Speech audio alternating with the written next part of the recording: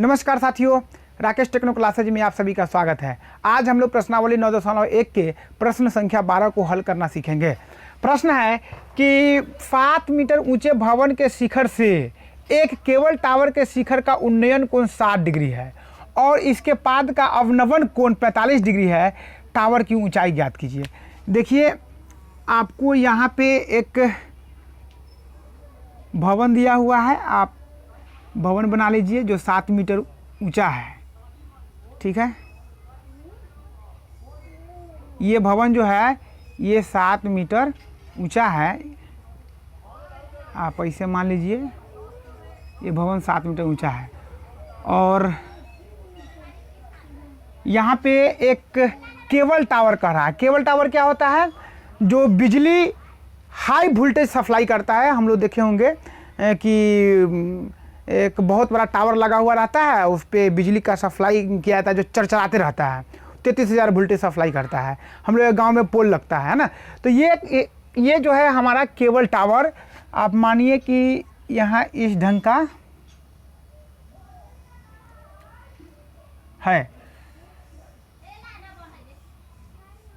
आप देखे होंगे इस प्रकार का टावर।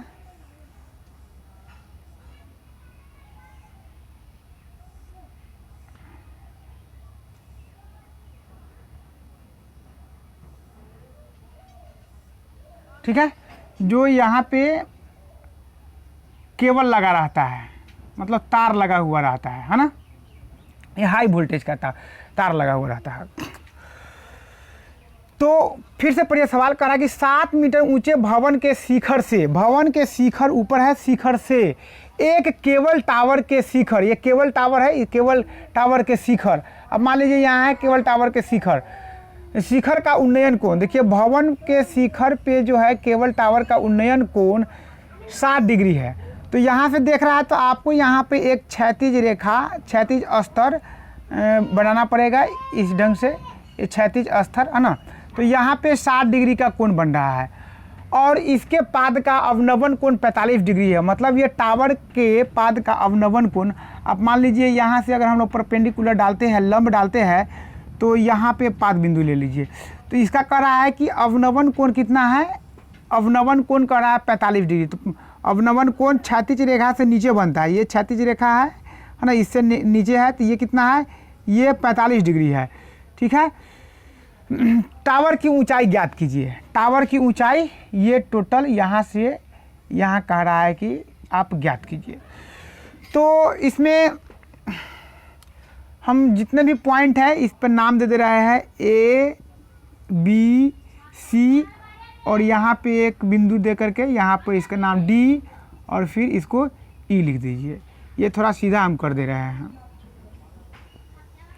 ठीक है, अब हमें निकालना क्या है? हमको निकालना ये टावर की ऊंचाई। तो आप इसमें देखिए कि क्या दिया हुआ है और उसके माध्यम से हम लोग है ना टावर की ऊंचाई निकालेंगे। तो आपको यहाँ दिख रहा होगा कि ये भवन की ऊंचाई जो 7 मीटर है ना, क्षैतिज रेखा जो गया हुआ है, क्षैतिज स्तर ये सीधा गया हुआ है, ये भू स्तर से ये समांतर रेखा जा रही है। अब देखिए, तो यहाँ जो है आप इसको भवन की ऊंचाई से है ना, आप देख करके यहाँ इसकी ऊंचाई आप 7 मीटर लिख सकते हैं। मतलब ए बी बराबर डी सी। ठीक है, ये लिख सकते हैं। तो फिर अब हमको क्या निकलना होगा? ये टावर की ऊंचाई इतना तो निकल गया, 7 मीटर है। अगर ये इतना निकल जाता है, ईडी निकल जा रहा है, तो क्या करेंगे कि हम इसको और इसको जोड़ देंगे तो ये टावर की ऊंचाई निकल जाएगा। तो आप देखिए यहाँ पे एक समकोण त्रिभुज बनता हुआ प्रतीत हो रहा है। यहाँ पे ये ऐसे लाइन आ रहा है और यहाँ पे आपको एक समकोण त्रिभुज बनते हुए प्रतीत हो रहा है। अगर ये समकोण त्रिभुज में, इस समकोण त्रिभुज में देखिएगा तो ये इस कोण के सापेक्ष में ये हो जाएगा लंब है ना, ये हो जाएगा आधार और ये हो जाएगा कर्ण। 3 भुजा है, तो इस तीन भुजा में से भी एक भुजा नहीं दिया हुआ है। न आपको आधार है, न आधार पता है, न लंब पता है, न कर्ण पता है। फिर हम ये कैसे निकालेंगे? तो आप यहाँ देखिए कि जब हम भवन की ऊंचाई देखते हैं 7 मीटर, तो यहाँ से भी हमें एक समकोण त्रिभुज यहाँ बनता हुआ प्रतीत हो रहा है। ये समकोण त्रिभुज जो क्या है ABC ये बनता हुआ प्रतीत हो रहा है। ठीक है, तो इसमें एक भुजा दिया हुआ है, एक भुजा दिया हुआ है 7 मीटर, लेकिन न्यून कोण नहीं दिया हुआ है। तो हम लोग यहाँ से देखेंगे कि जब ये क्षैतिज स्तर है, इसको अगर हम लोग इस ढंग से थोड़ा इधर बढ़ा लेते हैं, ये तो बढ़ा हुआ है, और भू स्तर जो है इसको इस तरह से देखते हैं तो क्या हो रहा है, यहाँ पे एक समांतर रेखा जा रहा है और इस पे एक तिर्यक रेखा, आप इसको अगर आगे बढ़ा दीजिएगा कुछ इस ढंग से तो आपको एक तिर्यक रेखा करता हुआ प्रतीत होगा। मतलब इस ढंग से है, इस ढंग से मतलब हो रहा है। तो कहने का मतलब ये है कि जब ये कट रहा है तो एक कोण यहाँ पे दिया हुआ है, ये अंतः कोण है, ये दो समांतर रेखाओं को एक तिर्यक रेखा काट रहा है, तो इसका अंतः कोण एक 45 डिग्री है। तो हम लोग जानते हैं अंतः कोण कौन कौन बराबर होता है, ये कोण इस कोण के बराबर होता है और ये कोण जो दिया हुआ है इस कोण के बराबर होता है, इसको हम एकांतर अंतः कोण कहते हैं। तो ये 45 डिग्री है, तो फिर ये कोण कितना हो जाएगा, ये 45 डिग्री का कोण हो जाएगा।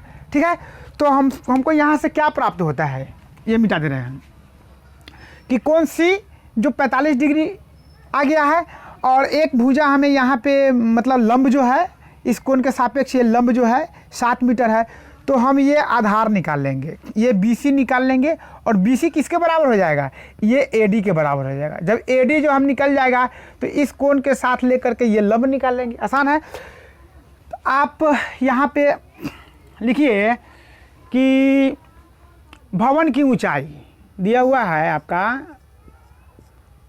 भवन की ऊंचाई, भवन की ऊंचाई हम लोग यहाँ माने हैं AB, ये 7 मीटर हो गया। ठीक है, तो कौन सा कोण लेंगे हम लोग, कौन सा त्रिभुज लेंगे, ABC त्रिभुज लेके हम लोग चलेंगे ये BC निकालने के लिए। तो समकोण त्रिभुज लिखिए, समकोण त्रिभुज ABC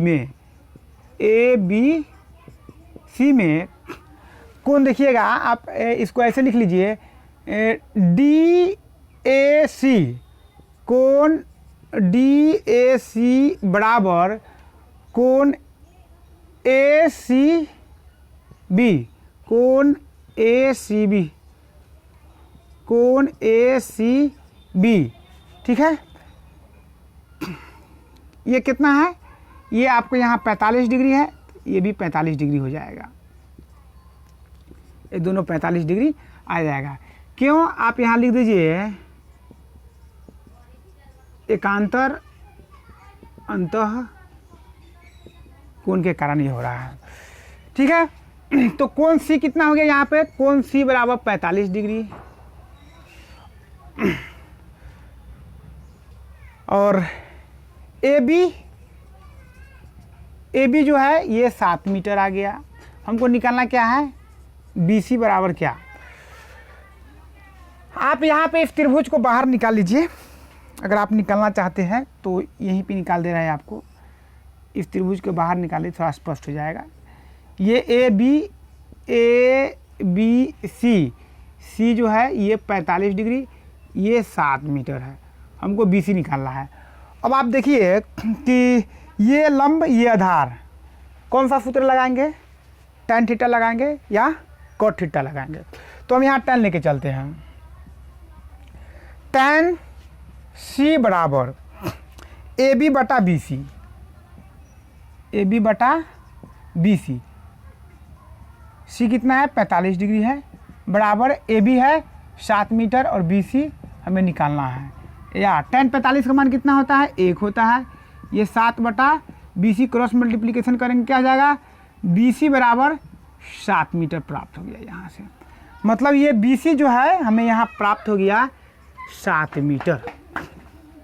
ठीक है, यहाँ देखिए ये BC हमको 7 मीटर प्राप्त हो गया। अब ये BC 7 मीटर हो गया तो ये AD कितना है, ये भी 7 मीटर होगा। लिखेंगे अब समकोण त्रिभुज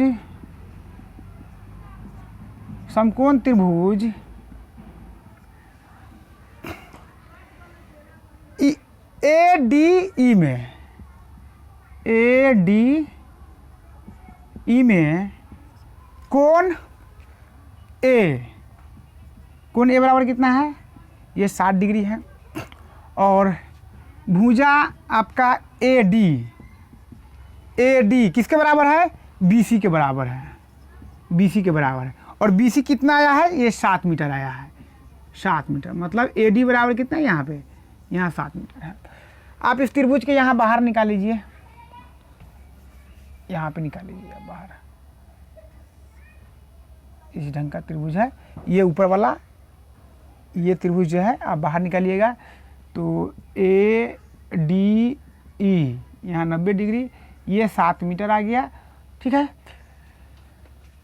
तो हमें निकालना है ये DE निकालना है। DE निकाल लेंगे तो ये 7 को जोड़ देंगे, ये हमको टावर की ऊंचाई निकल जाएगा। तो यहाँ देखिए, यहाँ पे कोण जो है ये 60 डिग्री है, 60 डिग्री के सापेक्ष में ये लंब हो जाएगा, ये आधार हो जाएगा। तो कौन सा फॉर्मूला लगाएंगे, यहाँ पर भी हम tan थीटा लगाएंगे या cot थीटा लगाएंगे। हम tan लेके चलते हैं, यहाँ हम tan A बराबर DE बटा AD। tan A कितना है यहाँ पर, यहाँ 60 डिग्री है, बराबर DE निकालना है और AD 7 दिया हुआ है। tan 60 का मान कितना होता है, tan 60 का मान होता है √3 बराबर ये आ जाएगा DE बटा 7। क्रॉस मल्टीप्लिकेशन कीजिएगा तो 7√3 बराबर DE, मतलब आपका ये आ गया DE बराबर 7√3 मीटर। ये हो गया आपका 7√3 मीटर निकल गया, ठीक है। यहाँ देखिए, ये यही निकला है आपका, ये निकला है 7√3 मीटर। यहाँ से यहाँ सवाल है कि टावर की ऊंचाई ज्ञात कीजिए। तो टावर की ऊंचाई क्या है, यहाँ लिखिए कि टावर की ऊंचाई, टावर की ऊंचाई क्या है, आप CE टावर की ऊंचाई नीचे से CE देखिए 2 पार्ट में आ जाएगा, CD और DE, CE और DE। CE यहाँ पे देखिए, CD जो है 7 मीटर है, यहाँ 7 लिखिए, और DE कितना आया है, 7√3 आया है। 7 कॉमन निकालिएगा तो 1 + √3 आ गया, ये CE आ गया, इतना मीटर। CE क्या है, ये टावर की ऊंचाई हो गया। तो लिखिए अतः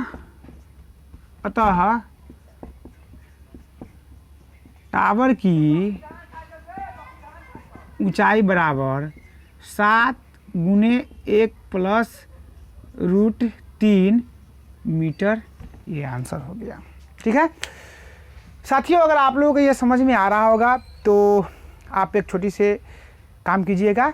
अगर आप मेरे चैनल को सब्सक्राइब नहीं किए तो सब्सक्राइब कर लीजिए, और अपने आसपास के जितने भी मैट्रिक के विद्यार्थी हैं जो इस बार तैयारी कर रहे हैं उन तक इस वीडियो को शेयर कीजिए।